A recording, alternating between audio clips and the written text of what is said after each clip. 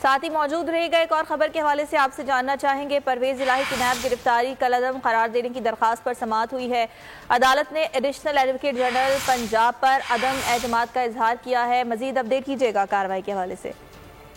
جی بالکل، Lahore high court کے justice امجد رفیق نے پرویز الہی کو کسی بھی مقدمے میں گرفتار نہ کرنے کے فیصلے پر عمل درآمد اور نیب گرفتاری کالعدم قرار دینے کی درخواست کی سماعت کے دوران additional advocate general Punjab Ghulam Sarwar نہنگ پر عدم اعتماد کا اظہار کرتے ہوئے انہیں کہا ہے کہ ایڈوکیٹ جنرل پنجاب خالد اسحاق کو عدالت پیش کیا جائے۔ انہوں نے کہا کہ اس کیس میں عدالت آپ کو نہیں سننا چاہتی، جس پر additional advocate general Punjab Ghulam Sarwar نہنگ جو ہے وہ کمرہ عدالت سے باہر چلے گئے۔ پرویز الہی کے وکیل عامر سعید راہ نے عدالت کو آگاہ کیا کہ لاہور ہائی کورٹ کے سنگل بینچ نے پرویز الہی کو کسی بھی مقدمے میں گرفتار نہ کرنے کے احکامات صادر کر رکھے ہیں، مگر اس کے باوجود نیب نے انہیں غیر قانونی طور پر ایک انکوائری میں گرفتار کر لیا ہے۔ عدالت نیب کی جانب سے پرویز الہی کی گرفتاری کو کالعدم قرار دے گی۔